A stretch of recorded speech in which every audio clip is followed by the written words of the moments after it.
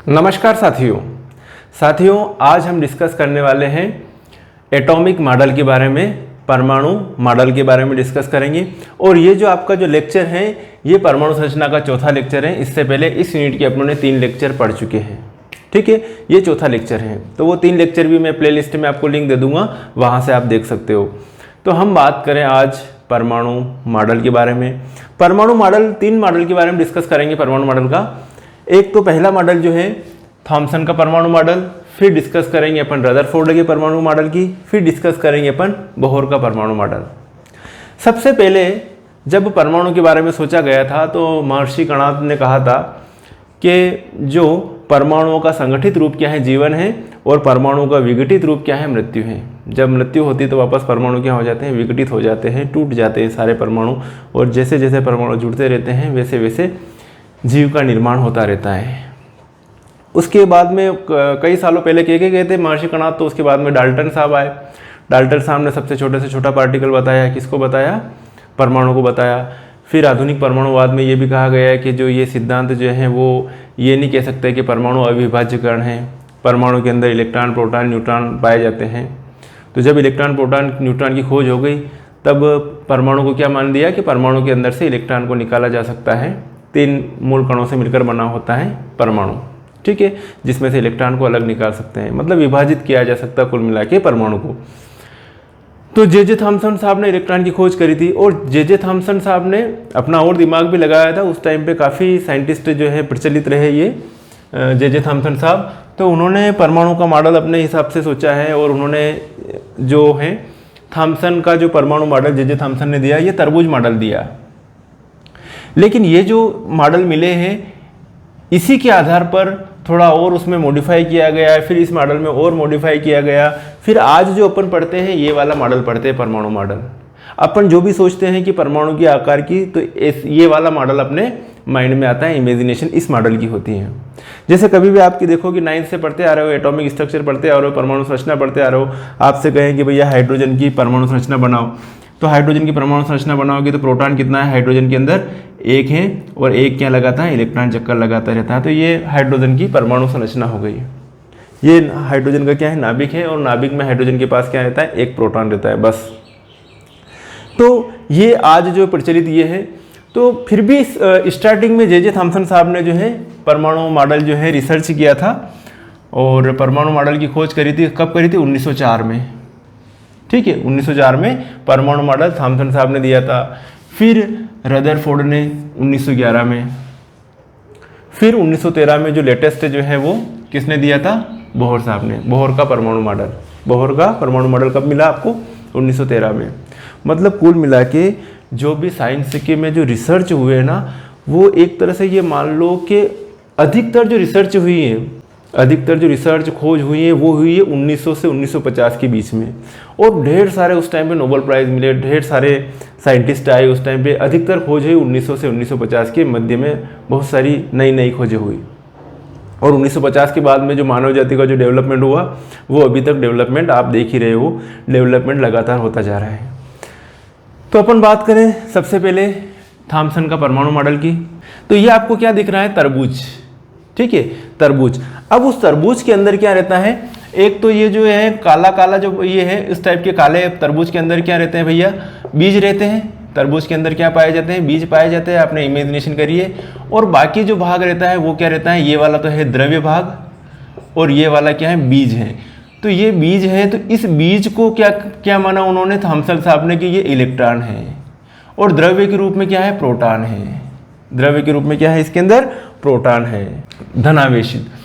तो उस टाइम पे ये माना जा रहा था कि जो परमाणु जो है, परमाणु के अंदर क्या पाया जाता है, एक तो पॉजिटिव पार्टिकल्स, धनावेशित भाग पाया जाता है, जिसे क्या कहते हैं अपन, प्रोटॉन कहते हैं, और जो ऋणावेशित भाग है उसको क्या कहते हैं, इलेक्ट्रॉन कहते हैं।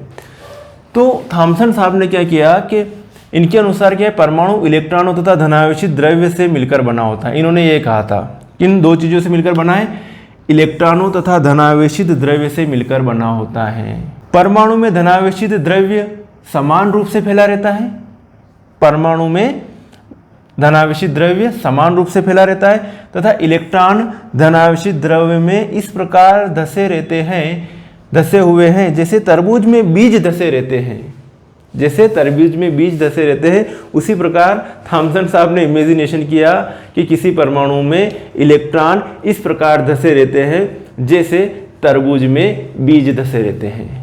और बाकी जो पार्ट है, बाकी जो तरबूज में आप देखते हो रेड कलर का पार्ट, लाल कलर का पार्ट, बाकी भाग वो तो उस द्रव्य भाग है। और उस द्रव्य भाग को थॉमसन साहब ने क्या माना कि ये धनावेशित भाग है। तो परमाणु दो चीज़ों से मिलकर बना होता है, एक तो धनावेशित भाग द्रव्य और इलेक्ट्रॉन से मिलकर क्या बना होता है, परमाणु बना होता है।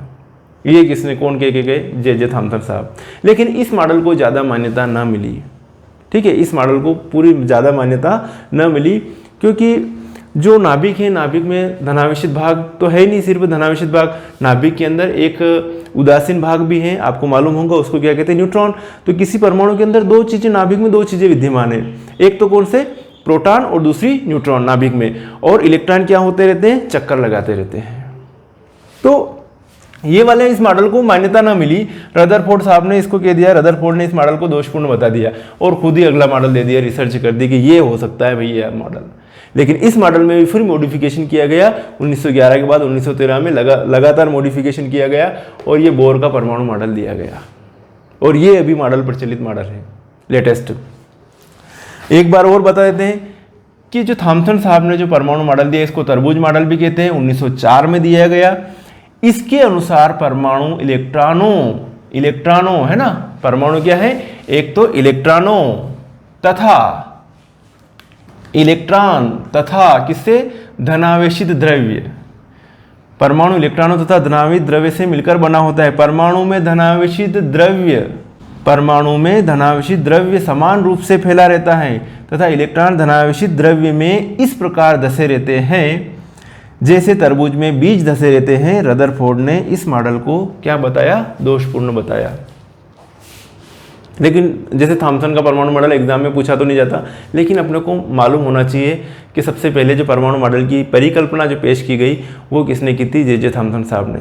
कि यार ऐसे सोचा गया था उस टाइम पे स्टार्टिंग में कि तरबूज दिख रहा है आपको, तरबूज के अंदर आपको जो ब्लैक कलर के बीज भी दिख रहे हैं, रेड पार्ट भी दिख रहा है। अब आप इमेजिनेशन कीजिए उसमें कि जो रेड पार्ट है वो द्रव्य भाग है, द्रव्य भाग किससे, धनावेशित पार्टिकल का बना हुआ है, और जो बीज जो है वो इलेक्ट्रॉन है। तो परमाणु दो चीज़ों से मिलकर बना हुआ है, एक तो द्रव्य भाग जो होता है उसका धनावेशित भाग है, और जो बीज जो है वो क्या है, इलेक्ट्रॉन है, वो ऋणावेशित भाग है। आगे समझ में कोई दिक्कत, आप इसका स्क्रीनशॉट ले लीजिए जल्दी से। इलेक्ट्रॉन तथा धनावेशित द्रव्य से है ना मिलकर बना होता है, बस इतना से याद रखना। परमाणु इलेक्ट्रॉनों तथा धनावेशित द्रव्य से मिलकर बना होता है। इलेक्ट्रॉन किसको माना भैया, बीज को, और जो धनावेशित भाग किसको माना, द्रव्य को। इन दोनों चीज़ों से मिलकर बना होता है बस। अब अपन बात करें, आगे चलते हैं रदरफोर्ड का परमाणु मॉडल। रदरफोर्ड साहब का परमाणु मॉडल, तो मैं अभी इसको मिटा देता हूँ, ये समझ में आ गया होगा। थॉमसन का परमाणु मॉडल कब दिया था, 1904 में। रदरफोर्ड का परमाणु मॉडल, अब रदरफोर्ड साहब ने इमेजिनेशन किया, उन्होंने क्या किया कि एक स्वर्ण धातु की पतली पन्नी ली।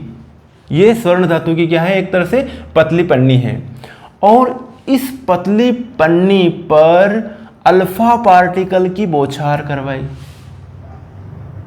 क्या किया रदरफोर्ड साहब ने, एक स्वर्ण धातु की पतली पन्नी पर अल्फा पार्टिकल की बमबारी करवाई, इनका प्रकीर्णन करवाया। तो उन्होंने क्या क्या चीज़ देखी, तीन चीज़ें देखी इसमें।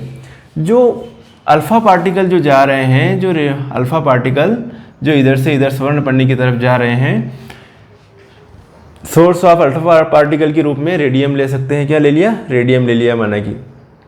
तो अल्फा पार्टिकल की तीन तरह का नेचर है। कुछ पार्टिकल तो देखो ये यहाँ से चला है ना अल्फा पार्टिकल, तो कुछ पार्टिकल तो ऐसे चला ऐसे चला ऐसे चला और वापस ऐसे वापस पूर्व मार्ग में आ गया। कुछ पार्टिकल देखिए ऐसे जा रहे हैं, पार्टिकल अपने मार्ग से क्या हो गए, विचलित हो गए। और कुछ पार्टिकल कहाँ जा रहे हैं, सीधी रेखा में जा रहे हैं। समझना, देखो पहली कंडीशन, एक पहली कंडीशन लिखी हुई है ना, बहुत से अल्फा पार्टिकल पतर के आर पार निकल जाते हैं। ये पहली कंडीशन, इस पन्नी मतलब पतर के आर पार निकल जाते हैं। दूसरी कंडीशन, कुछ अल्फा पार्टिकल क्या होते हैं, पूर्व पथ से विक्षेपित हो जाते हैं, ये दूसरी कंडीशन। कुछ अल्फा पार्टिकल पूर्व पथ से क्या हो जाते हैं, विक्षेपित हो जाते हैं। तीसरी कंडीशन ये वाली कि लगभग 20,000 में से एक अल्फा कण अपने चलने वाले मार्ग, पूर्व मार्ग पर ही वापस लौट आता है। लगभग 20,000 में से एक अल्फा कण अपने चलने वाले पूर्व मार्ग पर ही वापस लौट आता है। तो ये तीन कंडीशन देखी, किसने देखी भैया, रदरफोर्ड साहब ने।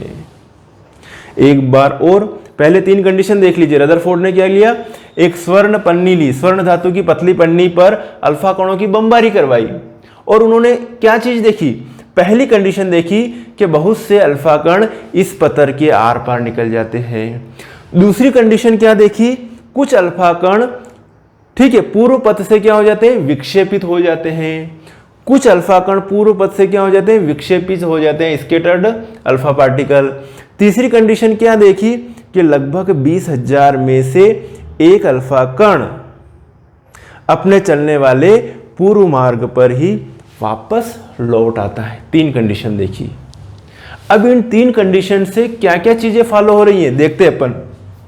देखो, उपरोक्त प्रेक्षणों के आधार पर, कौन से उपरोक्त, ये वाले उपरोक्त प्रेक्षणों के आधार पर कुछ निष्कर्ष निकाले, कुछ निष्कर्ष निकाले जो निम्न प्रकार हैं।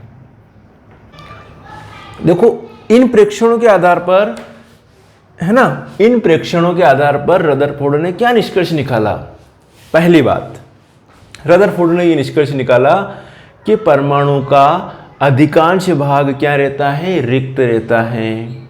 परमाणु का अधिकांश भाग क्या रहता है, रिक्त रहता है। भैया क्यों रिक्त है, उन्होंने माना कि भैया अल्फा पार्टिकल इस पत्थर के आर पार निकल गए, इस पन्नी के आर पार निकल गए, तो जरूर ये परमाणु क्या है, बाकी भाग क्या है, खोखला है। क्या है, खोखला है। तो अधिकांश भाग क्या है, उन्होंने क्या माना, रिक्त माना। दूसरी कंडीशन मानी कि परमाणु का द्रव्यमान एवं धनावेश कहां पर रहता है, परमाणु के केंद्र में रहता है। परमाणु का द्रव्यमान एवं धनावेश कहां पर रहता है, परमाणु के केंद्र में रहता है। कौन किए गए, रदरफोर्ड साहब। तीसरी कंडीशन उन्होंने ये बताई कि नाभिक अत्यंत सूक्ष्म, नाभिक अत्यंत सूक्ष्म, ठोस एवं दृढ़ होता है। क्या कहा, नाभिक अत्यंत सूक्ष्म, ठोस एवं दृढ़ होता है। अत्यंत सूक्ष्म मतलब क्या है, 10⁻³ सेंटीमीटर। ये बातें बताई। तो तीनों बातें मैं लिख लेता हूं। पहली बात क्या बताई, वापस रिपीट कर लेते हैं। कौन कौन सा निष्कर्ष लिखना, परमाणु में अधिकांश स्थान रिक्त रहता है, अधिकांश स्थान रिक्त रहता है। दूसरी कंडीशन, परमाणु का अधिकांश धनावेश एवं द्रव्यमान केंद्र में स्थित है, केंद्र में स्थित है। तीसरी कंडीशन, नाभिक अत्यंत सूक्ष्म, नाभिक अत्यंत सूक्ष्म 10⁻³ सेंटीमीटर। नाभिक अत्यंत सूक्ष्म 10⁻³ सेंटीमीटर, है ना। ठोस व दृढ़ भाग हैं, ठोस व दृढ़ भाग है। तो रदरफोर्ड साहब ने इनके आधार पर जो प्रयोग किया, इनके आधार पर ये वाला निष्कर्ष निकाला। आया समझ में। जल्दी से बेटा आप स्क्रीनशॉट ले लीजिए, आगे बढ़ते हैं अपन, आगे की बात करते हैं। मिटा दूं ये चीज, अभी इसके बारे में थोड़ी चीजें और देखना है अपने को। हाँ तो साथियों, आप जो हैं, जो अपने रदरफोर्ड के प्रेक्षण देखे, उसके आधार पर रदरफोर्ड ने निष्कर्ष निकाले। अब जो निष्कर्ष निकाले उसके बाद में ये बातें सामने आई इस मॉडल के अनुसार। नंबर 1, तत्व के परमाणु के दो भाग होते हैं। तत्व के परमाणु के दो भाग होते हैं। पहला कौन सा, नाभिक, और दूसरा कौन सा, नाभिक का बाहरी क्षेत्र। ठीक है, इस मॉडल के अनुसार पहली बात क्या कहेंगे, रदरफोर्ड के परमाणु के मॉडल के अनुसार तत्व के परमाणु के दो भाग होते हैं, पहला कौन सा, नाभिक, और दूसरा भाग कौन सा, इस नाभिक के बाहर का एरिया क्षेत्र। दूसरी बात क्या है सामने, परमाणु का संपूर्ण धनावेश तथा उसका द्रव्यमान उसके नाभिक में संचित रहता है। सही बात है, निष्कर्ष निकाल लिया ये, परमाणु का संपूर्ण धनावेश तथा उसका द्रव्यमान उसके नाभिक में संचित रहता है। मतलब अपन पढ़ते आए कि जो नाभिक में क्या पाए जाते हैं, प्रोटॉन और न्यूट्रॉन। तो परमाणु का संपूर्ण धनावेश एवं द्रव्यमान कहाँ पर संचित रहता है, परमाणु के नाभिक में। परमाणु का संपूर्ण धनावेश तथा द्रव्यमान उसके नाभिक में संचित रहता है। फिर बात करें, परमाणु में इलेक्ट्रॉन नाभिक के चारों ओर वृत्ताकार कक्षाओं में तीव्र गति से चक्कर लगाते रहते हैं। क्या कहा, परमाणु में इलेक्ट्रॉन नाभिक के चारों ओर वृत्ताकार कक्षा में तीव्र गति से चक्कर लगाते रहते हैं। ये बात आई सामने। फिर बात आई, अब इलेक्ट्रॉन क्या है, इलेक्ट्रॉन रोटेट कर रहे हैं, नाभिक के चारों ओर इलेक्ट्रॉन घूम रहा है। तो आप इमेजिनेशन करिए कि यहाँ से एक डोरी से मैं एक छोटा सा पत्थर बांध दूँ और उसको मैं ऐसे घुमाऊँ, है ना। तो उसको घुमाने पर अगर यहाँ पर नाभिक का अट्रैक्शन फोर्स कम हो जाएगा, यहाँ से थोड़ा सा मैंने ढीला छोड़ दिया, तो वो क्या हो जाएगा, पत्थर दूर चला जाएगा। ठीक है, और यदि मैं उसको ज़्यादा ही अट्रैक्शन रहेगा तो उस कंडीशन में वो जो इलेक्ट्रॉन है वो कहाँ पे आ जाएगा, बिल्कुल नाभिक में गिर जाएगा, नाभिक के पास आ जाएगा।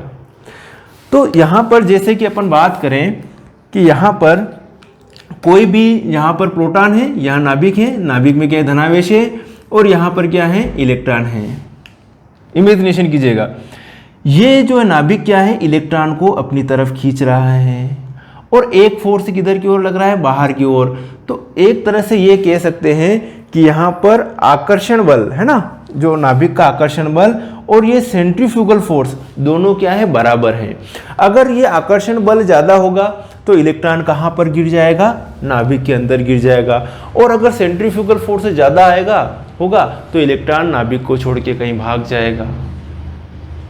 तो ये कंडीशन देखिए कि इलेक्ट्रॉन की गति से उत्पन्न सेंट्रीफ्यूगल फोर्स, इलेक्ट्रॉन गति कर रहा है, उससे क्या पैदा होगा, एक सेंट्रीफ्यूगल फोर्स पैदा होगा। इलेक्ट्रॉन की गति से उत्पन्न सेंट्रीफ्यूगल फोर्स इलेक्ट्रॉन व नाभिक के बीच स्थिर विद्युत आकर्षण बल द्वारा संतुलित हो जाता है। समझना, इलेक्ट्रॉन की गति से उत्पन्न सेंट्रीफ्यूगल फोर्स इलेक्ट्रॉन व नाभिक के बीच स्थिर विद्युत आकर्षण बल द्वारा संतुलित हो जाता है। इस प्रकार इलेक्ट्रॉन नाभिक में गिरने से क्या हो जाता है, बच जाता है। नहीं तो क्या होगा, आकर्षण बल के कारण इलेक्ट्रॉन नाभिक के अंदर गिर जाएगा, और सेंट्रीफ्यूगल फोर्स ज़्यादा होगा तो वो क्या होगा, बाहर चला जाएगा। तो ये कह सकते हैं कि दोनों का क्या रहता है, बैलेंस रहता है ना। स्थिर विद्युत आकर्षण बल द्वारा संतुलित हो जाते हैं दोनों फोर्स। अब है, ये तो बातें हो गई रदरफोर्ड की परमाणु मॉडल की। तो रदरफोर्ड साहब ने भैया कमियां बताई थी किसकी, थॉमसन साहब की। तो बोर साहब आ गए, इन्होंने इनकी कमियां बता दी कि भैया ये कंडीशन तो फॉलो नहीं होती है, कमियां या सीमाएं। तो क्या है कि ये जो मॉडल तो दे दिया रदरफोर्ड साहब ने, लेकिन इससे ये प्रूव नहीं हो रहा है कि ये वाला परमाणु स्टेबल है, ये स्टेबल नहीं है, इसकी कक्षा में कितने क्या इलेक्ट्रॉन है, कैसे इलेक्ट्रॉनों का अरेंजमेंट है, किस कंडीशन में किस परमाणु को स्टेबल कहेंगे, अनस्टेबल कहेंगे। तो ये सारी चीज़ें इन्होंने नहीं बताई, सिर्फ मॉडल दे दिया कि भैया परमाणु जो होता है अधिकांश भाग क्या रहता है, रिक्त रहता है, और परमाणु का समस्त द्रव्यमान कहाँ पर रहता है, द्रव्यमान और धनावेश उसके नाभिक में केंद्रित रहता है। ठीक है, और परमाणु का जो है अति सूक्ष्म भाग है ना, केंद्र जो होता है वो अति सूक्ष्म होता है, 10⁻³ सेंटीमीटर, वो दृढ़ और ठोस होता है। ये बातें तो कौन कह के गए, अपने रदरफोर्ड साहब। लेकिन इसमें कमी बताएगी। पहली कमी रदरफोर्ड के मॉडल की, परमाणु के स्थायित्व की व्याख्या नहीं की जा सकती। दूसरी कमी, परमाणु के स्पेक्ट्रम की व्याख्या नहीं की जा सकती। तो इन दोनों कमियों को दूर किसने किया भैया, बोहर साहब ने। ये दोनों कमियां दूर हो गई। बोहर साहब ने परमाणु मॉडल का स्पेक्ट्रम दिया, हाइड्रोजन स्पेक्ट्रम की बाद में खोज हुई, तो स्पेक्ट्रम की व्याख्या भी हुई इससे, बोहर मॉडल से, और परमाणु के स्थायित्व की व्याख्या भी की जा सकती है। समझ में आया ना। तो ये दोनों कमियां बोहर साहब ने पूरी करी। क्लियर। अब अपन लास्ट बढ़ते हैं बोहर का परमाणु मॉडल। बोहर का परमाणु मॉडल। तो आपको मैंने परमाणु संरचना के बारे में जब समझाया, एटॉमिक स्ट्रक्चर की जब बात करते हैं तो किसी भी परमाणु में क्या विद्यमान रहती है, कोश विद्यमान रहते हैं। क्या रहते हैं, कोश, है ना। जैसे ये है पहला कोश, ये है दूसरा कोश, ये है तीसरा कोश, ये है चौथा कोश, अलग अलग अपन पढ़ते जा रहे हैं। आपको एटॉमिक स्ट्रक्चर की बात करेंगे, एटॉमिक स्ट्रक्चर बनाना आप सीख जाओगे, इलेक्ट्रॉनिक कॉन्फ़िगरेशन निकालना सीख जाओगे, उसके आधार पर किस कोश में कितने क्या इलेक्ट्रॉन है वो उन इलेक्ट्रॉनों को ऐसे अपन भर सकते हैं। तो पहला कोश ये तो सिंपल है, n = 1 जो क्वांटम संख्या बताई थी उसमें समझाया था वैसे मैंने, n = 1, n = 2, n = 3, n = 4। ये पहली कक्षा, दूसरी कक्षा, तीसरी कक्षा और ये चौथी कक्षा। पहली कक्षा को n = 1 को क्या कह सकते हैं, k भी कह सकते हैं, इसको l कह सकते हैं, इसको m कह सकते हैं, n कह सकते हैं, k l m n o p ऐसे रहते हैं। आगे कक्षा क्या है, k l m n o और फिर आगे p, और 1 2 3 4 5 6 ऐसे बढ़ सकती है कक्षा। नाभिक है, बस दो चीज़ें हैं इसमें बोर के परमाणु मॉडल में, एक तो क्या दे रखा है, नाभिक दे रखा है, और क्या दे रखा है, चक्रीय कक्षाएं, ऑर्बिट, ऊर्जा स्तर दे रखे हैं। तो समझ में आया। तो अभी मैं इसको मिटा देता हूँ, फिर अपन इसके बारे में और डिस्कशन करते हैं, थ्योरी। ठीक है, उतार लीजिए, आप स्क्रीनशॉट ले लीजिए, फिर आगे बात करते हैं। हाँ तो साथियों, अपना जो लास्ट टॉपिक बचा है बोहर का परमाणु मॉडल, ये बातें देख लेते हैं। इस डायग्राम को देखते हुए ये बातें पढ़नी है, और ये एग्जाम के पॉइंट ऑफ व्यू से इंपॉर्टेंट है। बोहर का परमाणु मॉडल और रदरफोर्ड का परमाणु मॉडल ये पूछा जाता है, और इन दोनों में से भी अगर ज़्यादा बात करें तो ये पूछा जाता है बोहर का परमाणु मॉडल, ये इंपॉर्टेंट है। परमाणु में क्या होती है, कक्षाएं रहती हैं, उन कक्षाओं में क्या रहते हैं, इलेक्ट्रॉन विद्यमान रहता है। परमाणु के अंदर क्या रहता है, नाभिक रहता है, उस नाभिक में क्या पाए जाते हैं, प्रोटॉन्स और न्यूट्रॉन्स पाए जाते हैं। ये बात आपको समझ में आ गई होगी। अब जैसे कि ये तो बोहर साहब ने बता दिया कि परमाणु के केंद्र में नाभिक होता है, और नाभिक में क्या रहता है, धनावेश रहता है। धनावेश मतलब प्रोटॉन पाए जाते हैं, और क्या रहते हैं, चक्रीय कक्षाएं, उनको ऑर्बिट्स भी कह सकते हैं। ये ऊर्जा स्तर भी होते हैं, और इन ऊर्जा स्तरों में ही क्या पाए जाते हैं, इलेक्ट्रॉन पाए जाते हैं। जिस परमाणु का साइज़ बड़ा होगा उसमें ज़्यादा इलेक्ट्रॉन होंगे, जिस परमाणु का छोटा साइज़ होगा उसमें कम इलेक्ट्रॉन होंगे। जैसे अपन देखते आ रहे हैं कि जो पेरियोडिक टेबल देखोगे तो जैसे कि हाइड्रोजन है, हाइड्रोजन के बाद में lithium, sodium, potassium, rubidium, caesium. तो जैसे जैसे नीचे चलेंगे ना, हाइड्रोजन के पास तो एक कक्षा है, कितनी, एक कक्षा है। लिथियम की बात करेंगे तो इसमें 2 कक्षाएं आ जाएगी। सोडियम की बात करेंगे तो इसमें आपको 3 कक्षाएं मिलेगी। पोटेशियम की बात करेंगे तो इसमें कितनी कक्षाएं मिलेगी, 4 कक्षाएं मिलेगी। जैसे जैसे नीचे चलते हैं वैसे वैसे कोश या कक्षाओं की संख्या क्या होती जाती है, बढ़ती जाती है। और ये जो अभी अपन पढ़ रहे हैं सारी चीज़ें, केमिस्ट्री का जो अधिकरण से कॉन्सेप्ट क्लियर हुए, इस मॉडल के आधार पर कॉन्सेप्ट क्लियर हुए। तो ये मॉडल क्या क्या बातें कहता है। पहली बात क्या कही कि परमाणु में इलेक्ट्रॉन नाभिक के चारों ओर वर्ती कक्षाओं में चक्कर लगाते हैं। परमाणु में इलेक्ट्रॉन नाभिक के चारों ओर वृत्तीय कक्षाओं में चक्कर लगाते हैं। ठीक है, पहली बात। दूसरी बात क्या कही, प्रत्येक कक्षा की ऊर्जा निश्चित होती है। इस कक्षा की ऊर्जा अलग मिलेगी आपको, यहाँ की अलग मिलेगी, यहाँ की अलग मिलेगी, यहाँ की मिलेगी, लेकिन प्रत्येक कक्षा की ऊर्जा को क्या माना गया है, निश्चित माना गया। प्रत्येक कक्षा की ऊर्जा क्या होती है, निश्चित होती है। इलेक्ट्रॉन किसी निश्चित कक्षा में बिना उत्सर्जित ऊर्जा किए घूमता रहता है। इलेक्ट्रॉन किसी निश्चित कक्षा में बिना ऊर्जा को उत्सर्जित किए घूमता है।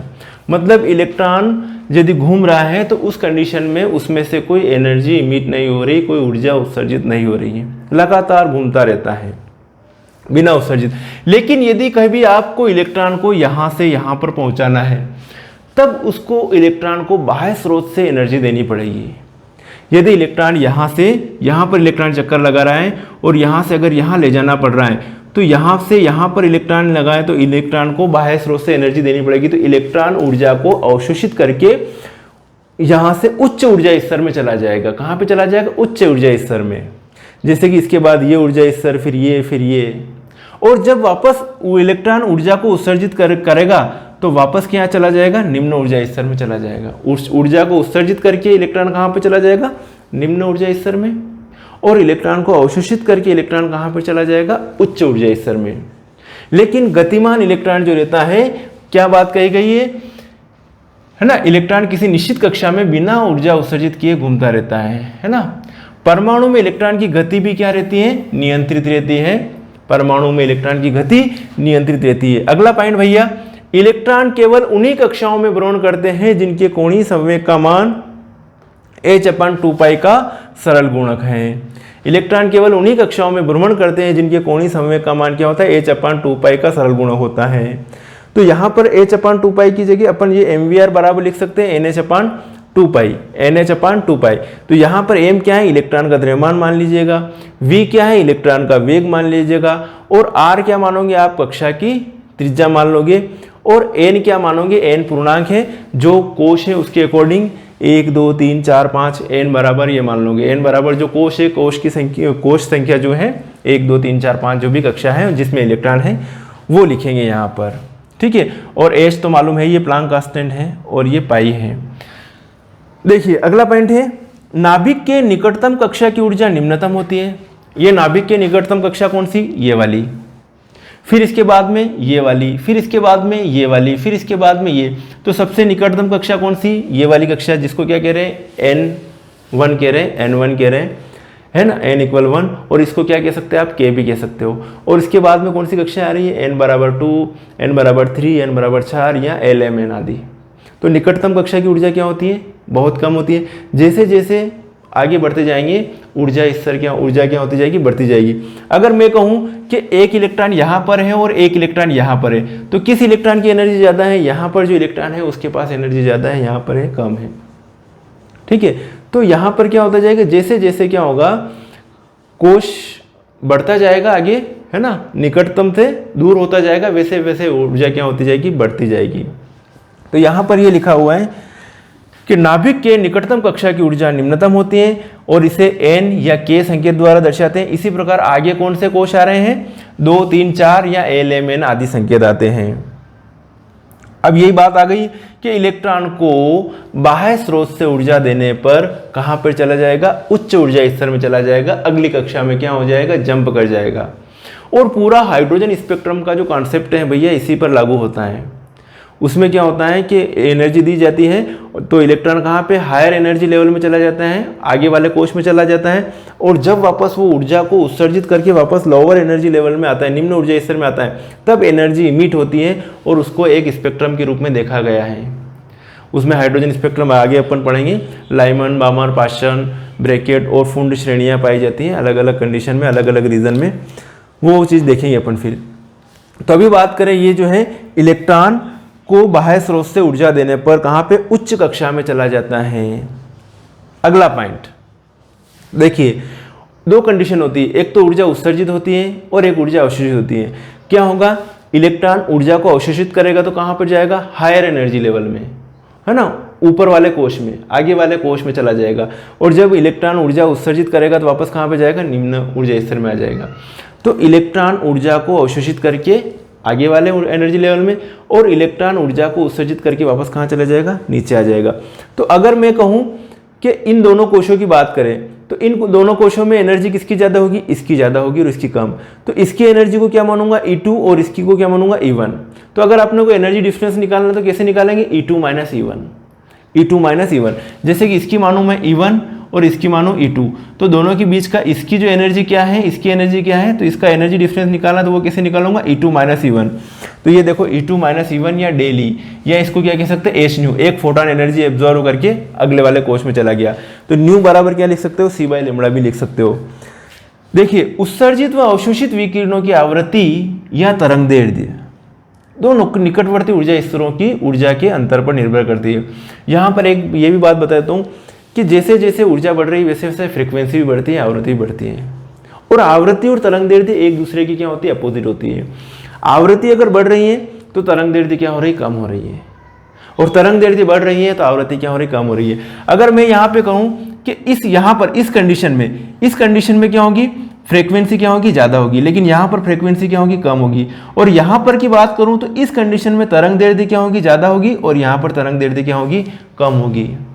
आया कुछ समझ में, दोनों एक दूसरे के क्या है, अपोजिट होते हैं। तो एनर्जी और आवृत्ति एक साथ चलते हैं, जितनी ज़्यादा एनर्जी होगी उतनी ज़्यादा फ्रीक्वेंसी बढ़ती जाएगी। देखो यहाँ पर फ्रीक्वेंसी की बात करें ना अपन, तो फ्रीक्वेंसी यहाँ पर ज़्यादा होगी, यहाँ पर कम है, यहाँ पर ज़्यादा होगी, इन दोनों की बात कर रहे हैं, इन दोनों लेवल की। तो यहाँ पर फ्रिक्वेंसी ज़्यादा है, यहाँ पर कम है, यहाँ पर तरंग दैर्ध्य ज़्यादा है, यहाँ पर तरंग दैर्ध्य क्या है, कम है। फ्रीक्वेंसी को किससे रिप्रेजेंट करते हैं, न्यू से, आवृत्ति को न्यू से रिप्रेजेंट करते हैं, और तरंग दैर्ध्य को किससे, लैम्ब्डा से रिप्रेजेंट करेंगे। तो उत्सर्जित व अवशोषित विकिरणों की आवृत्ति या तरंग दैर्ध्य दो निकटवर्ती ऊर्जा स्तरों की ऊर्जा के अंतर पर निर्भर करते हैं। E2 - E1 बराबर डेल E बराबर h न्यू बराबर h c by lambda. New की जगह क्या लिख सकते हो आप, c बाय लैम्ब्डा लिख सकते हो। E2 क्या है, उच्च ऊर्जा स्तर की ऊर्जा, और E1 क्या है, निम्न ऊर्जा स्तर की ऊर्जा। तो साथियों, मैंने आपको 3 मॉडल आज बहुत अच्छी तरह से करवा दिए, आपको याद भी हो जाएंगे, और आप इनको नोट कर लीजिएगा सारे स्क्रीनशॉट लेके। कौन कौन से मॉडल बताएं, थॉमसन का परमाणु मॉडल, रदरफोर्ड का परमाणु मॉडल, और ये बोर का परमाणु मॉडल। अब ये जो अभी जो प्रचलित है, यही मॉडल प्रचलित है। इसी के आधार पर, इसी मॉडल के आधार पर क्या दिया गया, हाइड्रोजन स्पेक्ट्रम की व्याख्या की गई। कक्ष त्रिज्या के को, इसकी त्रिज्या कितनी होती है, किस परमाणु की त्रिज्या कितनी होती है, कक्ष त्रिज्या के बारे में भी इसी मॉडल के आधार पर बताया गया। किसके आधार पर, बोर के परमाणु मॉडल के आधार पर। मतलब हाइड्रोजन परमाणु के स्पेक्ट्रम की व्याख्या की गई, कक्ष त्रिज्या की व्याख्या की गई, और कक्ष ऊर्जा जितनी ज़्यादा दूर होगा कक्ष, उतनी ज़्यादा उसकी क्या होगी, एनर्जी होगी। तो कक्ष त्रिज्या, रेडियस निकाली गई है ना। जैसे यहाँ पर है इलेक्ट्रॉन, तो ये इतनी रेडियस होगी, किसी का साइज इतना है, किसी की इतना होगा तो वो इतनी रेडियस होगी, ठीक है। जैसे हाइड्रोजन की रेडियस इतनी, लिथियम की रेडियस इतनी, मतलब कक्ष त्रिज्या ये है, सोडियम की रेडियस इतनी। तो कोई भी परमाणु, उसकी रेडियस भी निकाली गई, कक्ष त्रिज्या निकाली गई, कक्ष ऊर्जा निकाली गई। ये सारी बातें किससे क्लियर हुई भैया, आपके बोहर के परमाणु मॉडल के आधार पर, ठीक है। और इलेक्ट्रॉन के वेग की गणना भी इसी मॉडल के आधार पर की गई, बोहर के परमाणु मॉडल के आधार पर। तो इतने सारे कॉन्सेप्ट किससे क्लियर हुए, बोहर के परमाणु मॉडल। ये एडवांस मॉडल है। तो सबसे पहले तो थॉमसन साहब ने बस ऐसे ही बता दिया था, ठीक है, कि परमाणु दो चीज़ों से मिलकर बना होता है। एक तो द्रव्य धनावेशित पार्टिकल के रूप में काम करेगा, और जो इलेक्ट्रॉन जो है वो किसने, तरबूज में जो रहते हैं, बीज रहते हैं, उसी अनुसार परमाणु में क्या पाए जाते हैं, इलेक्ट्रॉन पाए जाते हैं। उसी टाइप से इलेक्ट्रॉन बिखरे हुए रहते हैं। तो ये थॉमसन का परमाणु मॉडल। फिर आए रदरफोर्ड साहब। रदरफोर्ड के परमाणु मॉडल में रदरफोर्ड ने क्या किया, स्वर्ण पन्नी ली और उस पर किसकी बौछारें करवाई, अल्फा कणों की बौछारें करवाई। अल्फा कणों की बौछार करवाने पर उन्होंने 3 चीज़ें निकाली हैं। तो अपनों ने देखा है कि कुछ अल्फा पार्टिकल तो क्या है, आर पार निकल जाते हैं स्वर्ण पत्र के, कुछ अल्फा पार्टिकल अपने मार्ग से क्या हो गए, विक्षेपित हो गए थे, और कुछ लगभग 20,000 में से एक अल्फा पार्टिकल वापस अपने पूर्व मार्ग में ही लौट गया। तो इसके आधार पर रदरफोर्ड साहब ने निष्कर्ष निकाले। क्या निष्कर्ष निकाले, कि भैया परमाणु का अधिकांश भाग क्या होता है, खोखला होता है। परमाणु का समस्त द्रव्यमान कहाँ पर केंद्रित रहता है, नाभिक में केंद्रित रहता है, ठीक है। और परमाणु का नाभिक क्या होता है, अत्यंत सूक्ष्म होता है, ठोस होता है, दृढ़ होता है। ये किसने बताया, रदरफोर्ड साहब ने। फिर अपन आए बोर का परमाणु मॉडल। तो ये सारी बातें सीख ली अपन ने बोर के परमाणु मॉडल में। तो आज का जो ये लेक्चर आपका बहुत अच्छा रहा होगा, और अगर आपको बहुत अच्छा लगा है ये लेक्चर, तो अपने साथियों को, अपने दोस्तों को, अपने भाइयों को शेयर कीजिए, बताइए उनको, जिससे ज़्यादा से ज़्यादा बच्चों को हमारे वीडियो का बेनिफिट मिल पाए। ठीक है साथियों, मिलते हैं फिर नेक्स्ट वीडियो में, तब तक के लिए बाय।